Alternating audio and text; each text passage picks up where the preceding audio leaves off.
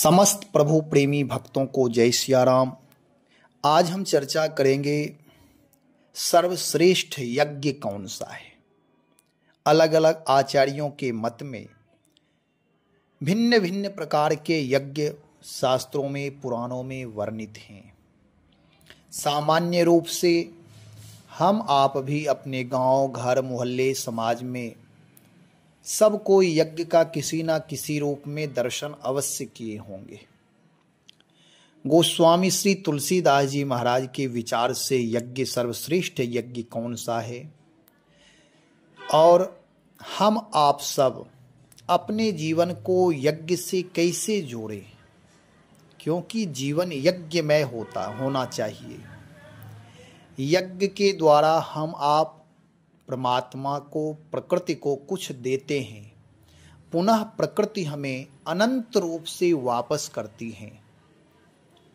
गीताकार भगवान कहते हैं, यज्ञानाम जपज्ञोस्मि, यज्ञों में सर्वश्रेष्ठ यज्ञ जप यज्ञ है, जो निर्दोष, निरपराध और सर्वश्रेष्ठ यज्ञ है।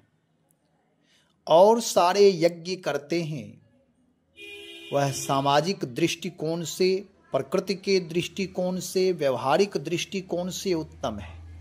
जब हम आप अपने गांव समाज में कोई संत, महात्मा, साधु पुरुष, आचार्य, पंडित, विप्र कोई यज्ञ करते हैं, चाहे वह हनुमत यज्ञ हो, श्री राम महायज्ञ हो, सतचंडी यज्ञ हो, इस प्रकार के यज्ञ होते हैं, तो उसमें हम आप अपने घर से यज्ञ के लिए अंश निकालते हैं, दान करते हैं, और सामूहिक रूप से सब कोई उसमें भाग लेते हैं। सब कोई उसमें कुछ न कुछ अंश निकाल कर दान करते हैं। धन, अन्न, अपना श्रम, सेवा सब कोई करते हैं। वैदिक मंत्रों के द्वारा उच्चारण वह यज्ञ संपन्न होता है। विप्र लोग वैदिक उच्चारण करते हैं, उसमें आहुति दी जाती है शुद्ध सामग्रियों के द्वारा, और वह यज्ञ संपन्न होता है। उसमें अन्नदान होता है, अन्न क्षेत्र वगैरह चलते हैं, कथा, कीर्तन, संकीर्तन, रामलीला, रास लीला, ये सब होते। इससे भी वायुमंडल शुद्ध होता है। समाज में यज्ञ होना चाहिए। अग्निहोत्र तो प्रतिदिन करने वाले अग्निहोत्री जो है वह नित्य यज्ञ करते हैं। इससे वायुमंडल शुद्ध होता है, चित्त शुद्ध होता है, स्वास्थ्य उत्तम मिलते हैं। ये ऋषि परंपरा, आर्ष परंपरा है। आचार्यों का अलग अलग मत है। भगवान श्री कृष्ण कहते हैं सब यज्ञ उत्तम है। यज्ञ कोई भी खराब नहीं है, उसे दोष नहीं देखा जा सकता है, लेकिन सर्वश्रेष्ठ और न्यून कहना ठीक नहीं है। फिर भी जब तुलनात्मक दृष्टिकोण रखते हैं तो सर्वश्रेष्ठ यज्ञ जप यज्ञ है। अपने इष्ट मंत्रों का जप करना यह महायज्ञ है। जब हम हवन करते हैं, समाज से लोगों को जोड़ करके कुछ सामाजिक संगठन अथवा सामाजिक, पारिवारिक, आसपास के लोग मिलकर के जो यज्ञ करते हैं वह यज्ञ भी श्रेष्ठ है। मैं उसकी निंदा नहीं कर रहा हूँ, वह भी श्रेष्ठ है, करना चाहिए। परंतु यहाँ मुझे जप यज्ञ पर बोलना है, इसलिए जप यज्ञ के माध्यम से चर्चा करेंगे। तो जैसे वे यज्ञ करते हैं तो वर्तमान समय में शुचिता, पवित्रता, शुद्धता नहीं है, सामग्री शुद्ध नहीं मिलते हैं। यज्ञ में घी की प्रधानता होती है, और आज हमारे देश में औसतन की दृष्टिकोण से देखें तो गाय कम हो गई है। देशी गाय उपलब्ध नहीं है, और गायें जो भी हैं, गाय के नाम पर जो भी हैं, वे गाय भी शुद्ध आहार नहीं है, दूध नहीं है।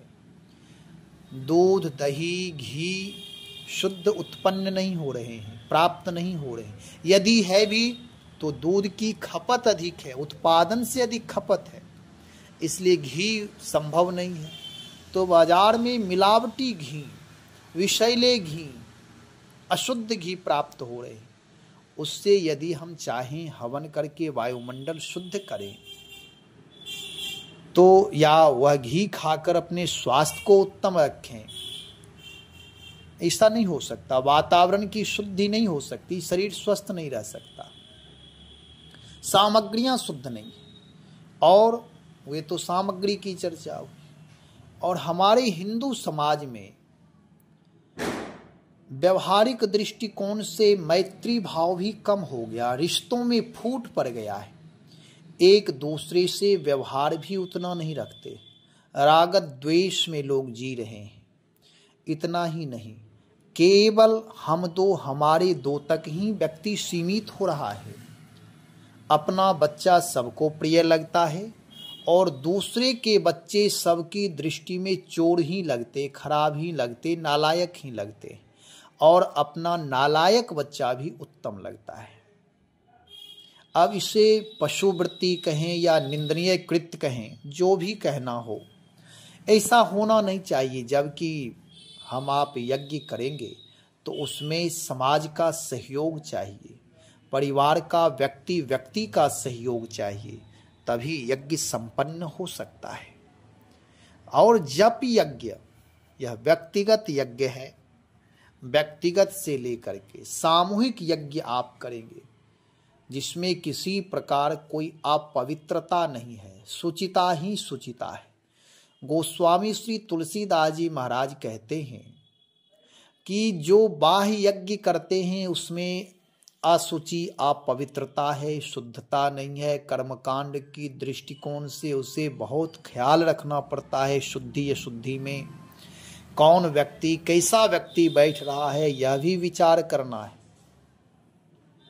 और उस यज्ञ में पर्याप्त धन चाहिए खर्च करने के लिए, आपसी प्रेम चाहिए, नहीं तो वाद विवाद भी हो जाते।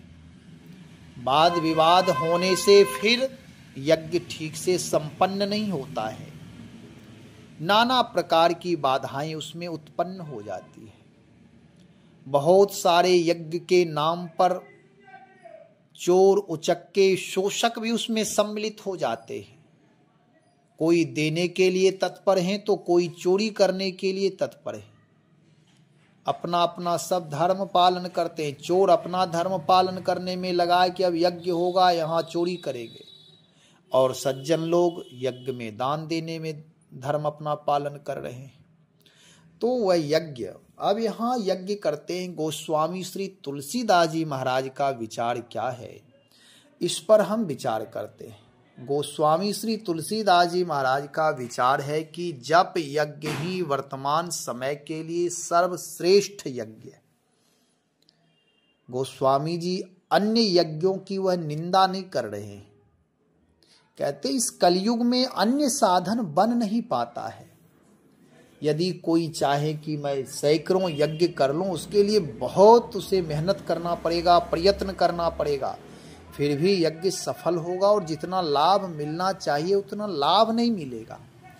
लेकिन गोस्वामी जी जो बताने जा रहे हैं यज्ञ, यह यज्ञ कोई भी कर सकता है, किसी भी समय कर सकता है, और यह यज्ञ इतना सर्वश्रेष्ठ है कि चाहे वह अभागा से अभागा क्यों ना हो, भाग्यहीन क्यों ना हो, लेकिन इस यज्ञ से जुड़ जाए और इस यज्ञ में तत्परता दिखाए तो उसका जीवन भाग्य से युक्त सौभाग्यशाली हो जाएगा। वह सर्वश्रेष्ठ भाग्य वाला हो जाएगा, उत्कृष्ट भाग्य वाला हो जाएगा। और सारे देवी देवता अहेतु की अकारण ही कृपा करेंगे। जो विधाता हैं, विधान करता है, यदि हमारे भाग्य बनाने में कुछ पूर्व प्रारब्धवश न्यूनता पाई गई होगी, भाग्य की कमजोरी होगी, तो वह विधाता अनुकूल हो जाएंगे, ब्रह्मा भी अनुकूल हो जाएंगे। यानी विधाता जो हमारी सृष्टि करते हैं, सारे देवी देवता कृपा ही करने लगते हैं। गोस्वामी जी क्या कह रहे हैं? गोस्वामी जी कह रहे हैं, तुलसी प्रीति प्रतीति सो राम नाम जप जाग, किए होई विधि दाहिनो, देई अभागे ही भाग। श्री तुलसीदास जी महाराज कहते हैं कि प्रेम और विश्वास के साथ राम नाम जप रूपी यज्ञ करने से विधाता अनुकूल हो जाते हैं और अभागे मनुष्य को भी परम भाग्यवान बना देते हैं। यह राम नाम का प्रभाव है कि अभागे से अभागे यानी भाग्यहीन, प्रारब्ध दूषित प्रारब्ध से युक्त, उत्तम प्रारब्धहीन, धनहीन, ऐश्वर्य समृद्धि संपत्ति यश कीर्ति सबसे हीन हो, यदि वह राम नाम रूपी यज्ञ से प्रेम और विश्वास के साथ जुड़ जाए तो सारी प्रकृति अनुकूल हो जाएगी, सारी प्रतिकूलताएं समाप्त हो जाएगी। यह राम नाम जप यज्ञ रूपी का प्रतिफल है और पूर्ण छूट है। उस यज्ञ के लिए जो बाह्य यज्ञ करते हैं, हावनिक यज्ञ करते हैं, उसके लिए तो शुभ मुहूर्त होना चाहिए, अरणी मंथन का भी शुभ मुहूर्त होना चाहिए, बहुत सारी चीजें देखना पड़ता है, ग्रह नक्षत्र योग तिथि बार। लेकिन श्री राम नाम जप यज्ञ रूपी जो यज्ञ हैं वह जब आप करना चाहें तभी शुभ दिन है। शुभ शीघ्रम, यह परम शुभ परम मंगलकारी हैं, जब करना चाहे तब कर सकते। ना इसमें किसी पुरोहित की जरूरत है, ना धन की आवश्यकता है, ना समाज में जाकर हाथ जोड़ने गिड़गिड़ाने की आवश्यकता है, दीनता दिखाने की आवश्यकता नहीं है। केवल प्रभु का नाम जप करना है। और जब हम प्रभु का नाम जप करेंगे प्रीति प्रतीति से, श्रद्धा और विश्वास से, तो स्वतः ही जीवन प्रभुता संपन्न हो जाएगी, प्रभुता संपन्न, समृद्धि संपन्न, विनम्रता संपन्न हो जाएगी।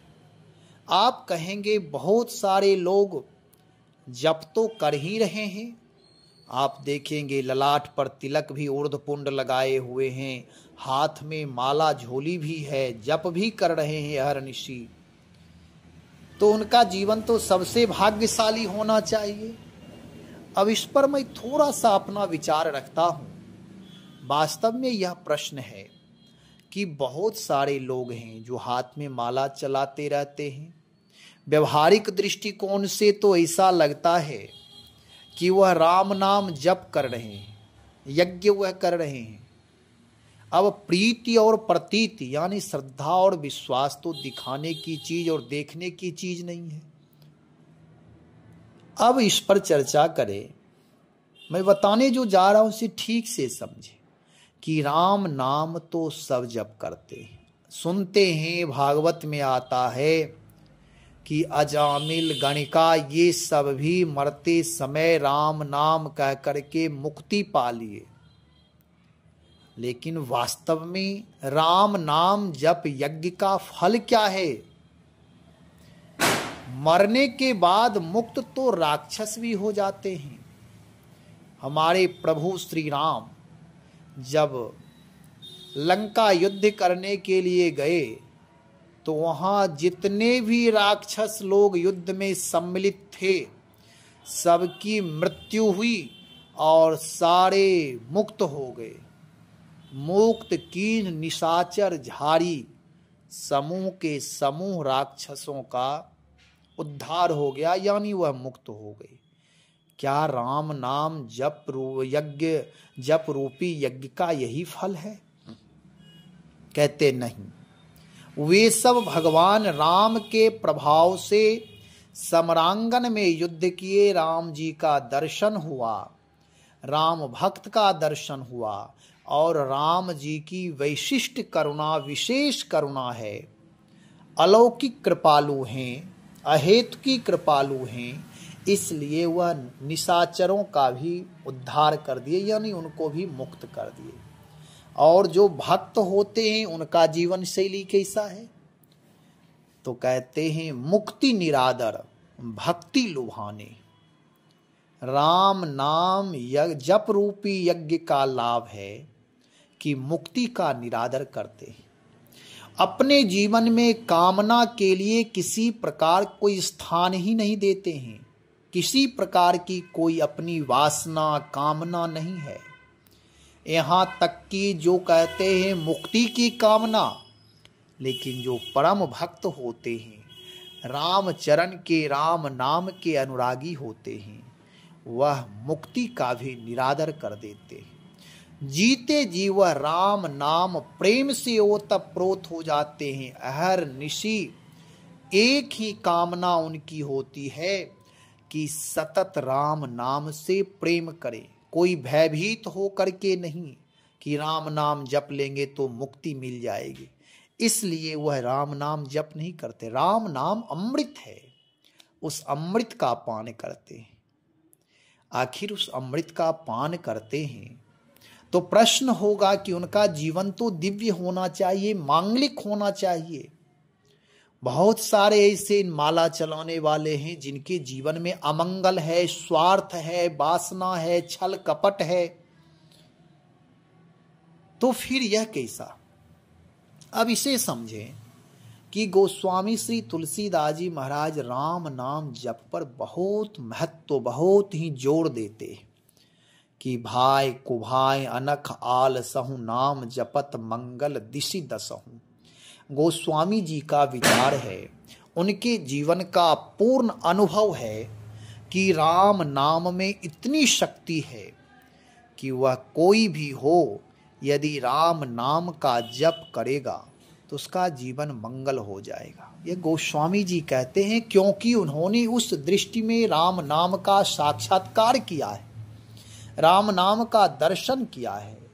राम नाम ही उनके प्राण हैं। उनकी बौद्धिक स्थिति राम नाम में ही स्थित है। मन बुद्धि चित्त उनके राम नाम में ही लगे हैं। इसलिए राम नाम का प्रभाव, राम नाम की कृपा, राम नाम अमृत तत्व है, उन्हें बोध हो गया है। और सामान्य लोग जो राम नाम जप करते हैं, वह जप तो करते हैं, पहली बात तो वह इसलिए जपते हैं कि वह जानते हैं राम नाम जप करने से मुक्ति हो जाएगी।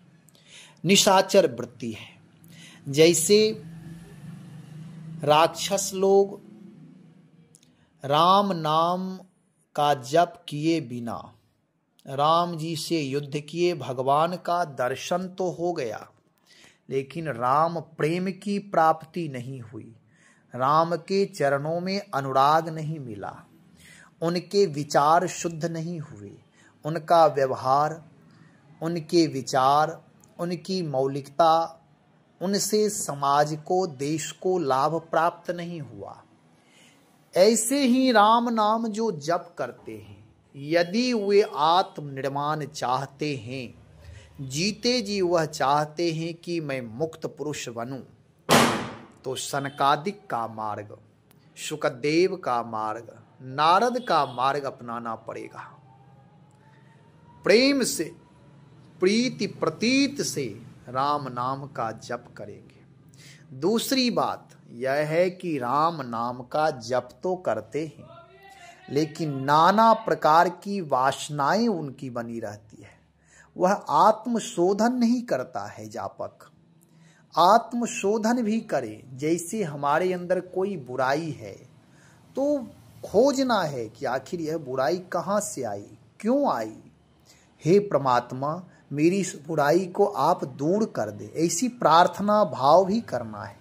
लेकिन होता यह है कि यदि लोग ऊर्ध्वपुंड तिलक लगा लेते हैं, गिरवा वस्त्र पहन लेते हैं, लाल पीले वस्त्र पहन लिए, हाथ में माला झोली है, गले में कंठी है, तो कभी कभी वेश का अहंकार भी हो जाता है। और अहंकार होने से वह राम नाम भी लाभ नहीं करते। जिह्वा से वह जप रहा है, ठीक है। यदि हम पौष्टिक आहार ले रहे हैं, स्वास्थ्य डॉक्टर के संरक्षण में ले रहे हैं, बीमारी ठीक हो गई है, तभी वह लाभ करेगा कि पौष्टिक आहार का फल मिलेगा, शरीर में पुष्टता आएगी, शक्ति आएगी। यदि पेट खराब है, लीवर किडनी खराब हैं और पौष्टिक आहार लेते रहेंगे तो डॉक्टर उसे मना ही करेंगे, वह और नुकसान ही करता है, उससे उत्तम स्वास्थ्य प्राप्त नहीं होते। पहले शरीर इलाज कराकर स्वस्थ करे, जो बीमारियां हैं उसको दूर करे, उसके बाद जो भी आहार लेंगे वह शरीर में फायदा करेगा। ऐसे ही राम नाम तो जपते हैं लेकिन वेश प्रताप से अहंकार हो जाता है। यदि थोड़ा बोलने के लिए आ गया पूर्व प्रारब्ध के अनुसार तो फिर वह किसी अन्य को कुछ मानता ही नहीं है। हमेशा वह अपने आप को ऊपर रखना चाहता है, दूसरों को दबा करके, लेकिन ऐसा संभव नहीं है। यदि बोलने के लिए ईश्वर आपको सेवा दिया है, बोलने के लिए कंठ दिया है कि आपके अंदर वक्तव्य है, भगवत परायण आप हैं, तो विनम्रता पूर्वक उसे स्वीकार करें और प्रार्थना पूर्वक बोले, अहंकार पूर्वक नहीं। वहां अहंकार नहीं दिखाना है। वासनाएं लेकर के, नाना प्रकार के छिद्र लेकर के यदि हम कोई भी मांगलिक कार्य करेंगे तो अमंगल ही अमंगल होगा। जैसे घी अमृत है, दूध अमृत है, दही अमृत है, ये सब अमृत हैं, लेकिन यदि अशुद्ध पात्र में रख दें, मिट्टी का तेल पात्र में हो और कूड़े करकट हो, तो अशुद्ध पात्र में, दुर्गंधित पात्र में रख देंगे तो वह अमृत भी खराब हो जाएगा। ऐसे ही राम नाम का प्रभाव अलौकिक है। यदि हम चाहते हैं कि मेरा आत्मनिर्माण हो, मैं भी बहुत सारे ऐसे लोगों को देखता हूं, मुझे तो अवसर मिलता है समाज में जाने का और महात्माओं के संग रहते भी हैं तो महात्माओं को भी देखते हैं, समाज को भी देखते हैं। महात्मा जो उदात्त विचार के हैं, जो वास्तव में महात्मा हैं, साधु पुरुष हैं, संत हैं, उनका तो राम नाम ही प्राण है, राम नाम ही सर्वस्व है, राम नाम ही उनके धन है। लेकिन जो साधु के संग रह करके साधु की तरह वेश बना करके वेशधारी हैं, तो वेश का प्रभाव है कि उन्हें दान दक्षिणा मिल जाएंगे, मान सम्मान मिल जाएगा, लेकिन जो आंतरिक लाभ है, दिव्य परम लाभ है, मांगलिक लाभ है, उससे वह वंचित रह जाते हैं। यहां तक होता है कि और उनका अहंकार बढ़ता है और अपने आप को वह इसी में रह जाते हैं। इससे जीवन आगे नहीं बढ़ पाता। उनका जीवन स्वार्थ से युक्त रहता है। उनके जीवन में मैत्री भाव का विस्तार नहीं होता। वह बहुत ही संकुचित विचार के हो जाते हैं, जबकि वह माला जपते हैं, लेकिन विचार की शुद्धि नहीं हुई। फिर यह कैसे होगा? मैं निंदा किसी की नहीं कर रहा हूं कि वह व्यक्ति ऐसा, किसी व्यक्ति का नाम विशेष नहीं है, लेकिन विचार यह है कि समाज के लोग यह कहते हैं कि महाराज वह गोष्ठी में जाते हैं, राम नाम जप करते हैं, स्नान करते हैं, नदी में नहाते हैं, गंगा में नहाते हैं, फिर भी इनका विचार ठीक नहीं है। ऐसा समाज के लोग ही कहते हैं, जो उनके साथी हैं वही कहते हैं। पाठ भी करते, मंदिर भी जाते, फिर भी शुचिता, पवित्रता, दिव्यता नहीं आती है। जब तक अपनी प्रकृति को हम शुद्ध नहीं करेंगे, अपने व्यवहार को शुद्ध नहीं करेंगे, अपने विचार पर, अपने ऊपर यदि हम खोज नहीं करेंगे, शोध नहीं करेंगे, शुद्धि नहीं करेंगे, तब तक बाहर की कोई भी चीजें किसी को ठीक नहीं कर सकता है। भगवान राम कहते हैं, सन्मुख होई जीव मोहि जबहि, जन्म कोटि अघल नासहि तबहि। और यहाँ तो भगवान के मंदिरों में हजारों लाखों की संख्या में प्रतिदिन लोग सन्मुख होते हैं, दर्शन करते हैं। क्या इससे तो उनका नाश जो उनके पाप हैं, जन्म जन्म के पाप नष्ट हो जाना चाहिए था, लेकिन ऐसा होता नहीं है। मंदिर तो जाते हैं, दर्शन भी करते हैं, भगवान भी हैं, अब आप कहें कि भगवान नहीं है, ऐसा नहीं हो सकता है। यदि हमारी दृष्टि मलिन है, यदि मोतियाबिंद है, तो चंद्रमा दो दिखें। यदि हम अंधे हैं, इसका मतलब प्रकाश नहीं है, यह सिद्ध नहीं होता है। यदि मेरा अनुभव कम है, तो इसका मतलब प्रकृति में जो महापुरुष लोग अनुभव से कह रहे उनका अनुभव सिद्ध नहीं है, ऐसा भी नहीं है। मंदिर भी ठीक है, भगवान भी ठीक है, सारे मंत्र भी ठीक हैं, लेकिन व्यक्ति की भी प्रधानता होती है। यदि व्यक्ति चाहता है मेरा आत्म सुधार हो, मैं इस समाज के लिए आत्मा बनूं, मैं इस समाज का प्राण बनूं, मैं लोकप्रिय बनूं, मैं व्यवहार कुशल बनूं, मेरी लोक की पहले सिद्धि हो, उसके बाद परलोक की सिद्धि करना है, तब जीवन उत्तम हो जाएगा। राम नाम का अलौकिक प्रभाव पड़ेगा और राम नाम के प्रभाव से आपकी बुरी संगतें भी दूर हो जाएगी और वहीं से आत्म निर्माण प्रारंभ हो जाएगा। आत्म कृपा सर्वोपरि है।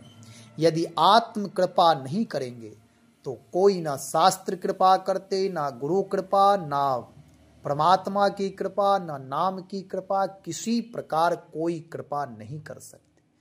इसलिए आत्म कृपा, आत्म शोधन, आत्म निर्माण, आत्म विचार पहले है। तो मैं ये कह रहा था कि ये यज्ञ सर्वोत्कृष्ट सर्वोपरि महायज्ञ हैं, सब कोई कर सकते हैं। लेकिन आप लोगों का ही यह जो बीच में प्रश्न आया कि बहुत सारे लोग यह यज्ञ करते हैं, लेकिन उनके जीवन में यज्ञ का फल नहीं दिखाई देता। सुगंधी जैसे हम आप हावनिक यज्ञ करते हैं, हवन आदि करते हैं, तो उसमें देखते हैं कि सुगंधियां आ रही है, अगर तगर उसमें जो जलते हैं दिव्य औषधियां जलती हैं, तो उससे वातावरण सुगंधित होते हैं, वैदिक उच्चारण होते हैं, तो मंत्रों का प्रभाव पड़ता है। लेकिन राम नाम माला चलाने वाले, जप करने वालों के जीवन में कोई सुगंधी नहीं है। उसी का यह समाधान था कि हम आप पहले अपने जीवन का शोधन करें, महात्माओं की कथा सुन करके, चाहे जैसे हो, आत्म विचार अवश्य करें। आखिर मेरे जीवन में यह बुराई क्यों है, कारण क्या है? नहीं तो लोग कहते हैं कि एक तरफ भजन माला चलाते हैं, दूसरी तरफ बहुत झूठ बोलते हैं, ऐसा भी लोग कहते हैं। व्यवहार में भी यदि पवित्रता नहीं रखेंगे तो राम नाम प्रभाव नहीं डालते। जैसे अजामिल है, अजामिल का जीवन, गणिका का जीवन दूषित हो गया था। राम नाम के प्रभाव से मुक्ति तो मिली, लेकिन अजामिल गणिका सम्माननीय समाज के लिए नहीं हो पाए, निंदनीय ही है अभी तक, और जब तक सृष्टि रहेगी तब तक वह निंदनीय ही रहेंगे, वह पूजनीय नहीं हो गए, वंदनीय नहीं हो गए। लेकिन वानरी सेना राम काज में यदि अपना पूर्ण समर्पण, ईमानदारी, निष्ठा, प्रीति, प्रतीति के साथ कर दिया, तो आज वह सब पूजनीय है, वंदनीय है, प्रार्थनीय है, स्मरणीय है। इसलिए हमारा जीवन वासना रहित हो, अपनी खोज करनी चाहिए कि आखिर ये वासना कहाँ से है, मेरा स्वार्थ कब यह परमार्थ बने, मेरी दीनता दरिद्रता कब दैन्य भाव बने, मेरा दुर्विचार कब सद्विचार बने। जब तक खोज नहीं करेंगे तब तक आत्मशोधन नहीं होगा। बहुत सारी बातें हो सकती है। कहने का मतलब यह है कि राम नाम का अपना अलौकिक प्रभाव यह है कि प्रीति प्रतीति के साथ राम नाम जप रूपी यज्ञ अवश्य करें। करते करते जीवन में सुधार होना प्रारंभ हो जाएगा। समर्पण भाव से करें, अहंकार का परित्याग करें, दिखावापना से बचें। लोग मुझे अच्छे नाम जापक कहें, इससे बचें, इससे दूर रहें। भगवान की कृपा से, प्रभु की कृपा से यदि जप यज्ञ हो जाए तो आनंद आ जाएगा। भगवान की कृपा से ही जब जप यज्ञ करेंगे तो प्रभु प्रेरणा से, प्रभु नाम कृपा से धीरे धीरे आचरण भी पवित्र होने लगेंगे, हमारे दुर्भाग्य भी सौभाग्य बनने लगेंगे, हमारी दीनता दरिद्रता भी समाप्त हो जाएंगे, हमारा व्यवहार भी शुद्ध उत्तम समाज का निर्माण प्रारंभ हो जाएगा। बहुत सारी चर्चाएं इस पर हो सकती है, बहुत सारी बातें इस पर हो सकती है। राम नाम का प्रभाव आप लोग नित्य सुन रहे हैं, परम सौभाग्यशाली हैं। राम नाम का जप भी करें, अनुष्ठान भी करें, जितना समय मिले गृह कार्य करते हुए राम नाम का जप करें। अलौकिक लाभ है, परम लाभ है, लेकिन तभी लाभ प्राप्त होगा जब इसका जप करेंगे। जब जप करेंगे तो लाभान्वित होंगे, रस मिलेगा, अमृत प्राप्त होगा, स्वतः जीवन बदलेगा। भगवान की हेतु की कृपा से परमात्मा से ही प्रार्थना करें, हे प्रभु मेरे अहंकार का समन हो, राम नाम में प्रीति प्रतीति हो, श्रद्धा विश्वास हो, सतत राम नाम जप रूपी यज्ञ में तल्लीन रहूं। इस प्रकार उन्हीं से प्रार्थना करें। प्रार्थना में अलौकिक शक्ति होती है, तो लोक और परलोक दोनों की सिद्धि होगी। समय निकालकर, जितना समय मिले समय निकालकर भगवान नाम का जप अधिक से अधिक करें। अन्य लोगों से भी कराएं, परिवार के अन्य सदस्यों को भी राम नाम से जोड़ें। ऐसा नहीं कि कोई वृद्ध हो जाए, मरने लगे तब उन्हें राम नाम सुनाना है। ऐसा नहीं कि जो गृह कार्य में है वह कहे कि अरे क्या राम नाम, नहीं। चाहे वह बच्चा हो, बूढ़ा हो, किसी भी जात बिरादरी में हो, कोई मतलब नहीं है। जितना समय मिले राम नाम से अवश्य जुड़े। राम नाम ही मूल नेटवर्क है, उनसे यदि जुड़ जाएंगे तो जीवन पूर्णता की ओर स्वतः चलने लगे। इसलिए समय निकालकर भगवान नाम का जप अधिक से अधिक करें। श्री राम जय राम, श्री राम जय जय राम।